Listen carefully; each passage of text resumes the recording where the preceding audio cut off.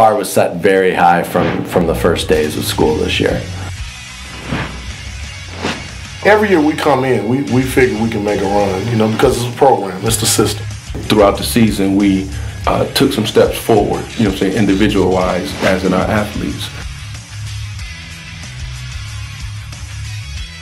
Despite some losses early on in the season, the expectation never wavered that this was a state championship caliber team. And through the ups and downs that was this season, our boys kept their eye on the prize of a state championship being the ultimate end goal. When I saw the maturity level of the young men take it to another level, I said, you know what, these guys gonna make a run.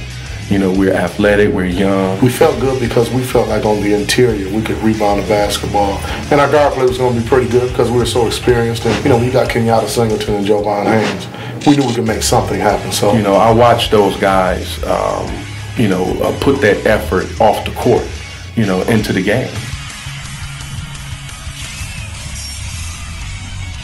I think what spearheaded us a lot was the heart and soul that Jovan Haynes played with on a daily basis.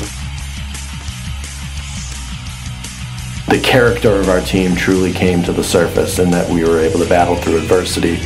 Collectively as a team, they were able to do it. You know, Jovan Haynes really set the pace this year as a senior. You know, he really stepped up and showed these young guys how a senior should carry a team when they're down.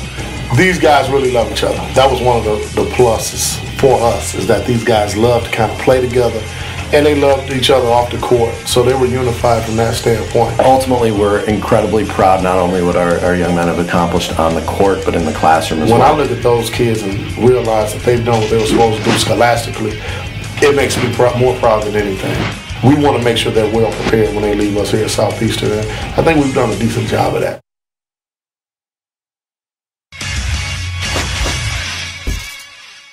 It's the saying, we don't rebuild, we reload. And that's just basically what goes on here at Pershing, you know, as far as from the basketball aspect. Pershing been good since the 60s. There's always pressure on our teams. It's expected. They expect to win city every year. They really fight. You know, they have no quit in them. And that's what they showed me the whole season. It was no quit in my guys, from 1 through 12. And I just told my guys, you know, close your eyes. Most of my guys was on the team the year before when we was 18-0 and went and lost. And I said, remember that feeling? That feeling that you had at the end of the day when we was in that locker room, when our horn sounded and we didn't win it. I encourage them guys to go out and lead their own dynasty. What type of legacy do you want to leave here for your younger brothers? In one game, I didn't know how we were going to come back, and we actually came back from 9 points down, and guys were making some shots that, I mean, it was unheard of. I just never seen the level of intensity in terms of basketball. And before you knew it, without me knowing, people was coming to me, hey, you're ranked in the country now, you're 25th in the country. And we went from 25 to 22 to 20, and the last week of the season, going into the quarterfinal game that we lost by 2, we was 14th in the country. No question, our seniors, Martez Walker and Khalil Fielder.